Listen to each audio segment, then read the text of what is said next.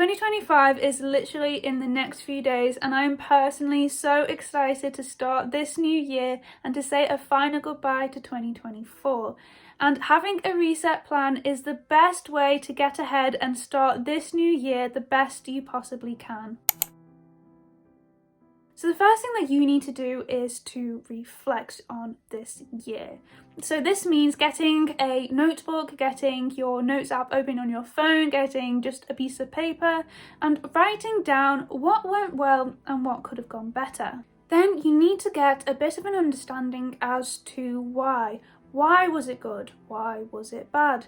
What things can you bring from this year that you thought went well, that you thought served you, into the next year? What can you progress on? For example, if you manage to drink enough water, if you kind of hit your daily targets on that, then that's great. That's something that you want to make sure that you carry on into the next year. If you read a lot, if you maybe performed really well in work, then those are all things that you want to remember that you did and bring into the next year with you. To help you with this reflection work, there are so many journaling prompts online to help you with this. For example, literally just Googling them or Pinterest, and you'll find so many to help you with this. The next thing that I want to talk about is a Japanese tradition of usuji.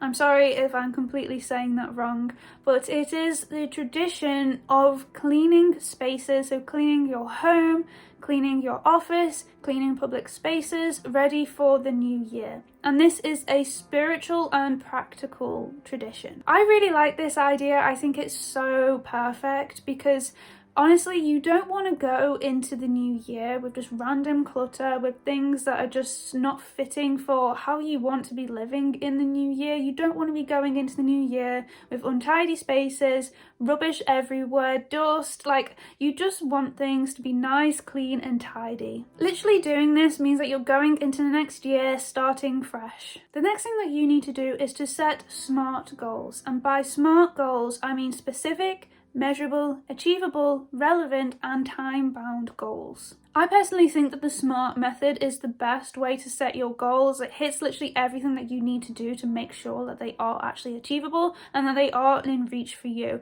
I think this is one of the difficulties that comes with setting resolutions, is that just saying I want to lose weight or I want to get healthier, which is, the two most common kind of goals that comes with setting resolutions, it's just like, that doesn't mean anything.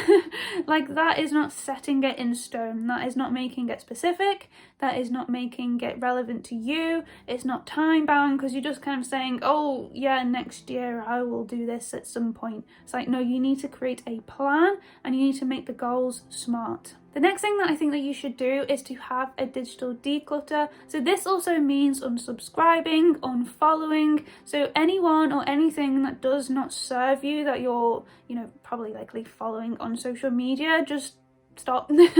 Just choose now as the time to make sure that you're giving that commitment to yourself, to have your focus where it needs to be, to only be looking at what you need to look at, and this is where you can do that. This means deleting files on your computer that are old and that you don't use, you don't need, that are just taking up storage.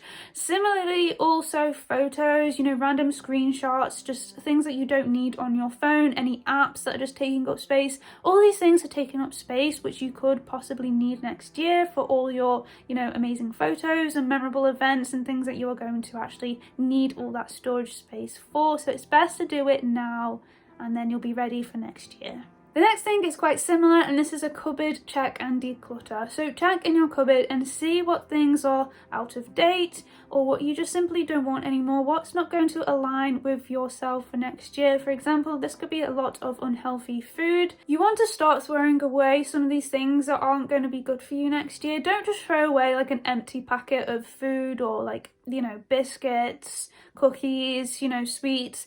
There are things that you can do with those. If they're in date, they're sealed, then you can possibly take it to your local food bank and donate some of the items of food that you have. But just try and make a bit more of a conscious effort of what you have in your fridge and just make a bit more space so that you're able to then fill up your cupboards and your spaces, your fridge, everything with all the foods that are going to be good and healthy for you next year. Something that you really need to do before the new year is to have proper rest. And this might be quite hard because obviously we've got the holidays going on, we've got probably family coming over, we might be going to see family, we might have people with us the entire time, and therefore having, you know, traditional rest of like, I don't know, just lounging around in your pajamas might not actually be doable, but you can find times to rest in other places.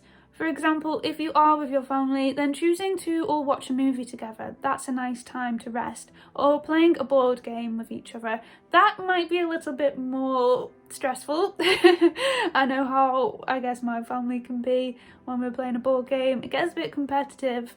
But you know what I mean, doing things maybe with each other that is restful. And the last thing that you need to do to start your new year off right is to practice gratitude. And this means telling your loved ones and the people around you how much they actually mean to you. And this is something that, again, we don't do enough of. So a simple text, you know, a call, or face-to-face with a friend or a loved one, a family member, whoever it might be, just to make sure that you actually do take time to make it known to them how much they mean to you. We take for granted how much our parents do for us, that our friends do for us, and now is the most perfect time to just tell them what they've done for you this year and what it means to you. And that's just such a nice gift, I think, to give someone going into the next year. It makes you feel better, it makes them feel better, so all around, just make sure that you tell everyone in your life how much they mean to you. I'd like to say thank you so much to all of you who have subscribed, liked, commented on any of my videos this year. I am so incredibly grateful, more than you probably know, for all the support that you have given me.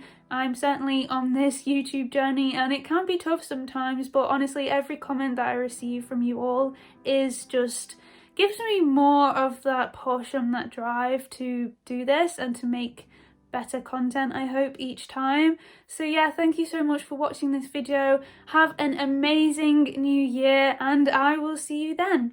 Bye!